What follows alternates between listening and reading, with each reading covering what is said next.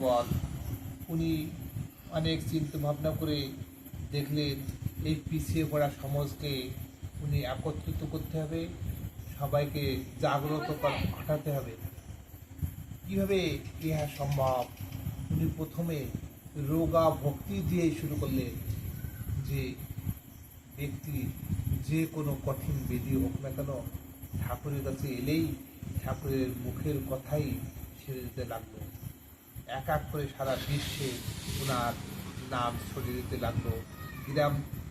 গ্রামের পর গ্রাম থেকে ছুটে আসতে লাগলো ব্যতিগ্রস্ত ব্যক্তিগণ, ঠাকুরের পাদ পদ্মে প্রণাম করতো, বলতো বাবা আমরা দুঃখে কষ্টের দিন কাটছে, এই যন্ত্রণায় ব্যাধির যন্ত্রণায় আমরা ঠিক থাকতে পারছি না, আপনি একটু উপায় করে দিন। উনি যাকে যাহা বলতো তাতেই তার ব্যাধি মুক্ত হতো।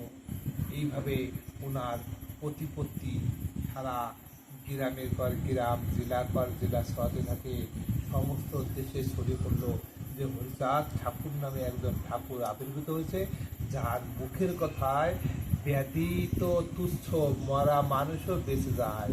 জয় হরিচাঁদ, জয় হরিচাঁদ। আগামী পর্বে